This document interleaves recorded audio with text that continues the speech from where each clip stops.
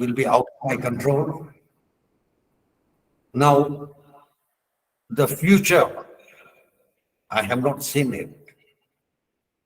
If I can take control of the time, of the present, then I think I should be able to shape my future and bring about a very positive outcome. So what is most important is the present. And the present is the reality of life. The future is all predictions, and the past is recollections. Now, I will just, if we are burdened with the past, then there are worries, repentance, regrets, and they create negative emotions within us, which will hamper with our capacity, our capabilities, and our performance. If we are not certain about our future, there are worries. Again, that's going to create negative emotions. And the present is always a situation. The present is a reality and it is a situation. This situation is neutral. It is our emotions that give color to the situation.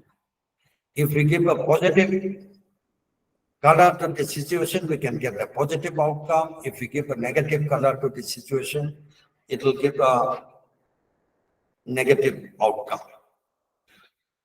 And when we give a negative color to the present, the relevance of present reduces, the reality of the life is relegated to a lower priority. In such a case, we will not be able to apply our full capacity or competence, proficiency, efficiency, and our life will be always, there will be a lot of impediments and we will not be able to live our life fully. Now, let's take a second word, living it bravely. Bravery has got a physical perspective to it. Bravery has got moral perspective to it. Bravery has got a higher level of perspective to it. When we are able to apply our full capabilities, making the present taking advantage of the full reality of the present and bring about a positive outcome, a positive future, I think that is my understanding of living life bravely. Now, how to achieve this is if we live consciously.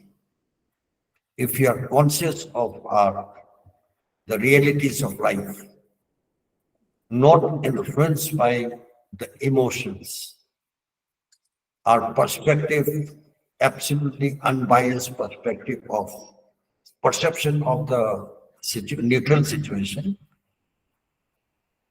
we will be able to apply all our capabilities, abilities, and create a very positive possibility of the future. I have a simple formula which I have been applying with me, with my cadets, with my trainees, to take control of the present. I have a simple formula that is INCQ. I is idleness. Your life is a series of present, continuously. It's a dynamic series of presents. Each moment has to be filled with an activity, a constructive activity.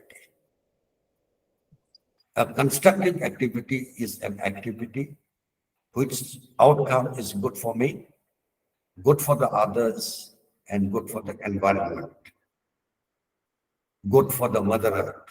That is called a constructive activity, right? Now, and this constructive activity will always produce positive results, positive outcomes. Second, I stand a bit corrected. I said I follow a formula of not doing 5 things, and the formula for not doing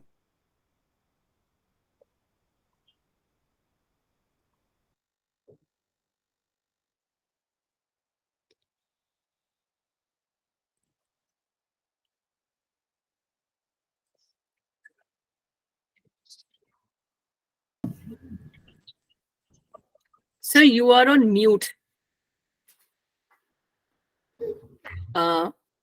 Sorry to interrupt you, sir. You are on mute. I think the mute button has been pressed. You have to unmute it. Okay, now it's fine. I have unmuted. I have unmuted. So I come again. Little back to the future, a little back to the past. Now, how to control the present is not to do just 5 things. The first one is idleness. Life is a series of presents. Each spot of present should be filled with constructive work, not with idleness. A constructive work is a work whose outcome good for me, good for everybody else, and good for the environment, that is the Mother Earth. The second one to be avoided is negativity. Negativity, you all know, a negative person finds problem in the solutions also. They are the inventor and the discoverer of problems. If we do constructive work, automatically the negativity is removed, eradicated. The third thing not to be done is complain. A person who complains is a person who wants to who tries to find an excuse and put the blame on other people. In a machine, you will find a defective part making maximum noise. The same is applicable in a human configuration also. You look around you in your workplace, if you find somebody always making the maximum, raising the maximum decibel level, there is something different. Correct? A perfectly working part, you will not even know it is existing in that machine. Similar is the case with the human psychology. And to avoid it, we should learn, take on the responsibility. There is a problem, get hold of the problem by its own, get a solution to it.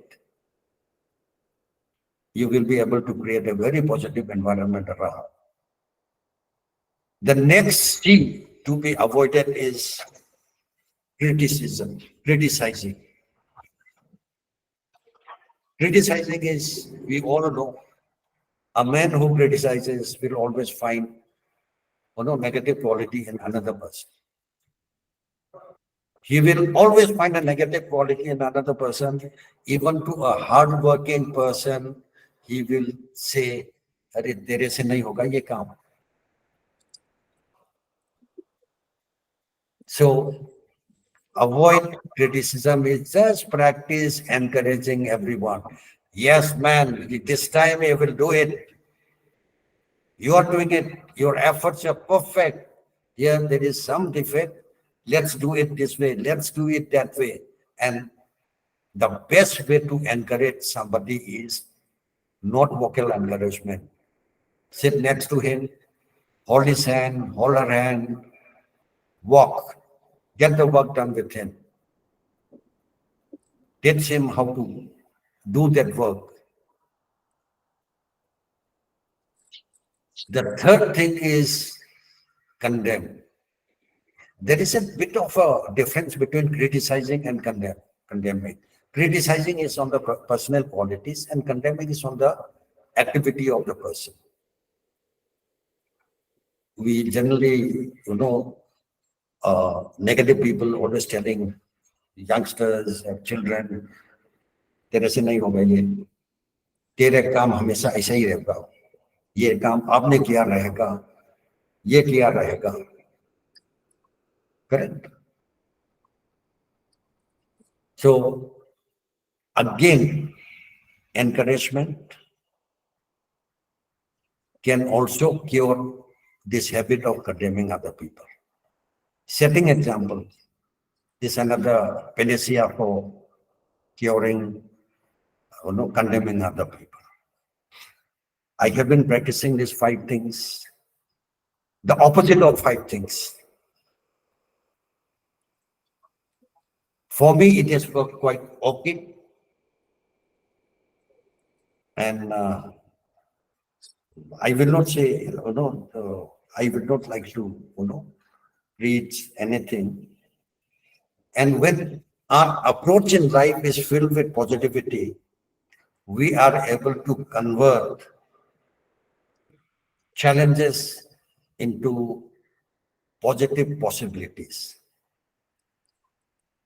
Because in any challenge, we will see this positive person will always try to find a opportunity and convert that into a positive possibility. And if you are able to convert it into positive possibility, you can convert it into your strength. Here, I'd like to share a story of a lady from Satara, Maharashtra. I heard this story from His Grace Radhanath Swami, one of a very senior spiritual personality of ISKCON, International Society for Krishna Consciousness. This lady is generally known as, she is popularly known as Sindhutai Sabka. Sabka is a Marathi title. At a young age, she was married to a person, the olden time, child marriage practices, married to a person living in a village, rural area. And Sindhutai is known for her uprightness, her moral courage, and facing challenges, injustice. In her village, there was a, one of those, what do you call that, dadas, who used to be harassing the young ladies and extorting money. So Sindhutai one day,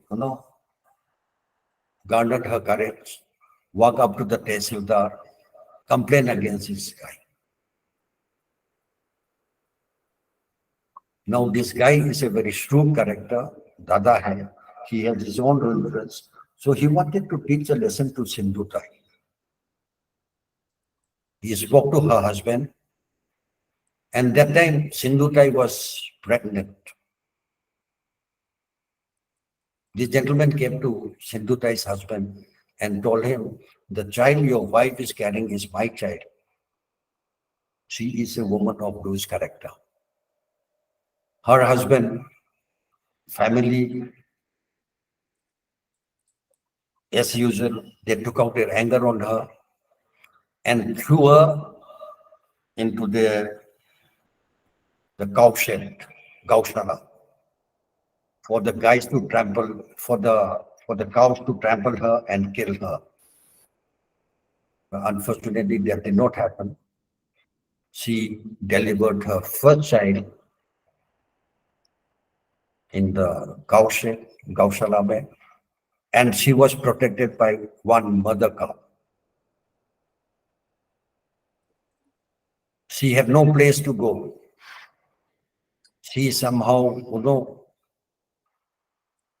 at that young age, she went through the entire process of a childbirth without anybody's help. She had to cut her umbilical cord with a crude stone, a sharp patthar. She collected her child. She came no place to stay, and to give herself warmth, she had gone to the place, a funeral place where, locality, every locality has got their, the places where they burn the dead bodies on the riverside. She stayed there. She kept herself warm by the fire of the funeral fire, and those offering of grains and all, while she used to collect it and cook food, and that is how she survived. One day she came to the railway station to commit suicide. And when she was about to take the drastic step, she heard the sound of a person asking for food. That thing turned her entire life. She says, at least before my death, let me help this person and let me die. She kept her child next to that fellow, and she went to the railway platform, begged something from the other people, and then gave it to the gentleman. That triggered a strength in her, and she said, if I can do this, why can't I do it for myself and my child instead of killing myself and the child? Then on she started her journey of life as a beggar. And she had a talent, a hidden talent in her, in which she could sing some old folk Marathi songs. So she used to be traveling in the train, traveling in the platform, singing these songs. And then she took upon herself to collect all the orphans, street children, orphan street children. She collected, she did fundraising, built an orphanage. Her eldest son, her daughter, is a doctor now, and many of her adopted children are well settled. She expired last year. She got many recognitions, awards, and when she left for the Heavenly Award, this lady had raised more than 1,500 children who are well settled now. So here is a story of remaining positive, converting possibilities into strength, and she is well known. And it was such a beautiful, heart-touching story, hearing it from His Grace Radhanath Swami. That is it. And I passed out from National Defense Academy. The motto of National Defense Academy is service before self. We relegate ourselves to the cause of our duty, the commitment we give to our nation, the commitment we give to our people, the commitment we give to our mission assigned by my superior officers. And when I started getting in touch with spirituality, I started realizing it. When you merge yourself with our duties, our commitment become the self-use, self becomes the mission, I think bravery automatically comes inside you. And finally, with little bit of a thing, I will not stretch it much longer. We will interact more. Whatever is to happen will happen. And everything happens for good. And the best part is this too shall pass. And the future is going to be bright. I want to, like my one way, this thing I want to just, last thing. When I am nothing, when I become nothing, I can become everything. And what do we say? When do one become nothing? When you surrender yourself to the purpose for which we have come down onto this earth, in whatever way we can do it. One doesn't have to become very high in life. Whatever we are, here after my retirement, I decided I'll devote my life to raising the youths, make them officers in the armed forces and other good human beings who can become leaders in other walks of life. And indirectly, I'm contributing to the nation building and to the humanity. That is all that I have to share with you all, eminent people. I think we can share your experiences also. So one request from my side. Ji.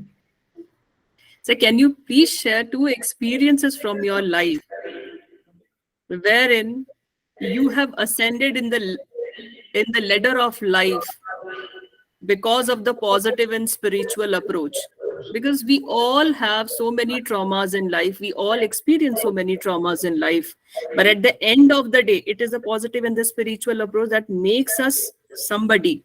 Somebody means a good person, a good human being, and a refined person in terms of maturity. So can you please share your experiences, sir, about your tough experiences? Captain Deepika, especially in the army, success is measured by the number of stars you wear here. Correct? Despite your qualification, at some juncture, such event take place where this stops. The departmental complications are there. So from the career in the army, I am not a very successful person. Because I stopped my the perceived growth in the army at the rank of a colonel, but fortunately I managed to be the commanding officer of an infantry combat battalion. Okay, and also got the opportunity to command Assam Rifle, which is a home ministry force. And I was the second commandant. When I went there, the service condition was not very nice. The troops were not trained properly. We were buying casualties when we had encounter with the militants. I said, no, I have to first train my troops. I devoted my first 6 months in training this battalion. And the end of my tenure, we got the Chief of Army Staff Commendation Card. We got it the unit citation. Our Home Ministry force getting the Army Chief's Commendation Card, very rare. But then I did not know the tricks of the trade of, how to, Naukri senior officers. My leather stopped there. And I believe my letter was leaning on the wrong wall. So it stopped there. And the God picked up the letter and now placed it on the correct wall. Now today this Assam Rifle, all the Assam Rifle battalions are deployed in the Northeast. My Assam Rifle Battalion is the only battalion deployed in J&K because of their expertise in counterinsurgency. And I am very glad to say that the commanding officer who had taken over from me is recently promoted as a Major General. That is one thing. Okay. So I am a very obedient soldier, Captain Deepika. You shared 2 episodes. Correct? The second, this is the first episode. The second episode is when I was in the NCC. My last tenure, I requested the Army headquarters, I am settling down in Maharashtra, please find me some, assignment in Maharashtra. So I came to Maharashtra, they posted me. There was a vacancy in the place where I wanted to settle down, but they sent me 750, they posted me at a place 750 kilometers away from my place of, my hometown. I am settled in Kolhapur. They sent me to a place called Dhule, which is on the border of Madhya Pradesh. I find, yes, whatever happens, happens for good. But then this turned out to be the stepping stone for what my passion is. The additional Director General NCC, that time General Sen Gupta, we were posted in India together. He knew my capabilities. He said, Sinha, you are responsible for training the Maharashtra Republic Day contingent. Take on from here. I told him, sir, 2 conditions. I'll do it my way. And second is, I want no intermediary superior officers. My reporting will be to you directly. I did it by my way. There were a lot of complaints against me, a lot of criticism against me, a lot of condemnation against my method of doing it. I just saw Maharashtra NCC Directorate flag flying and this Directorate collecting the championship trophy and the prestigious coveted Prime Minister's banner. 3 continuous years we were the champion. And most of my cadets who are officers today are my NCC cadets. That is it, that share this much. Thank you so much, sir. Thank you so much, sir, for sharing your experiences. Participants, now the forum is open for discussion, so you can ask the questions. Please unmute and ask, or you can write down in the chat box. Thank you so much.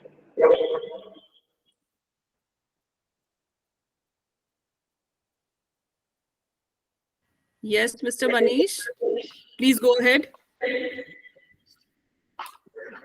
I just want to thank Colonel Sinha, sir. Yes, Manish. Thank you so much for your talk, sir. It was very enlightening. Thank you so much. Thank you so much.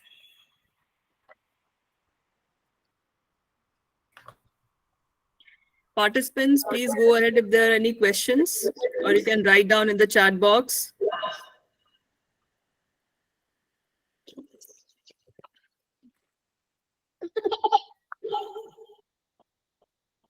Is my little princess.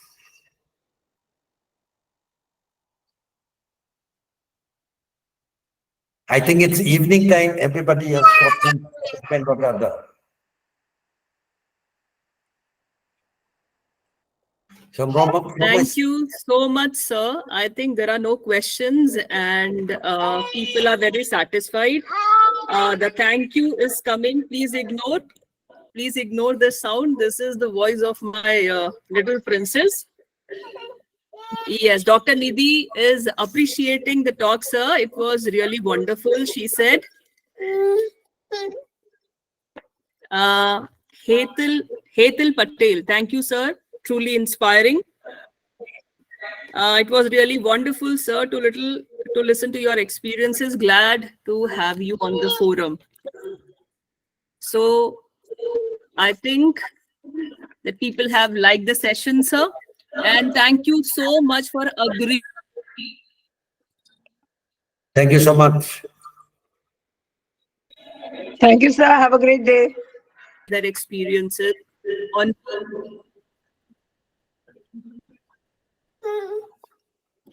on being positive and so that they can lead their life happily. So thank you so much, sir. Thank you so much once again for accepting the invite and being here and enlightening us. Namaskar. Pranam to all.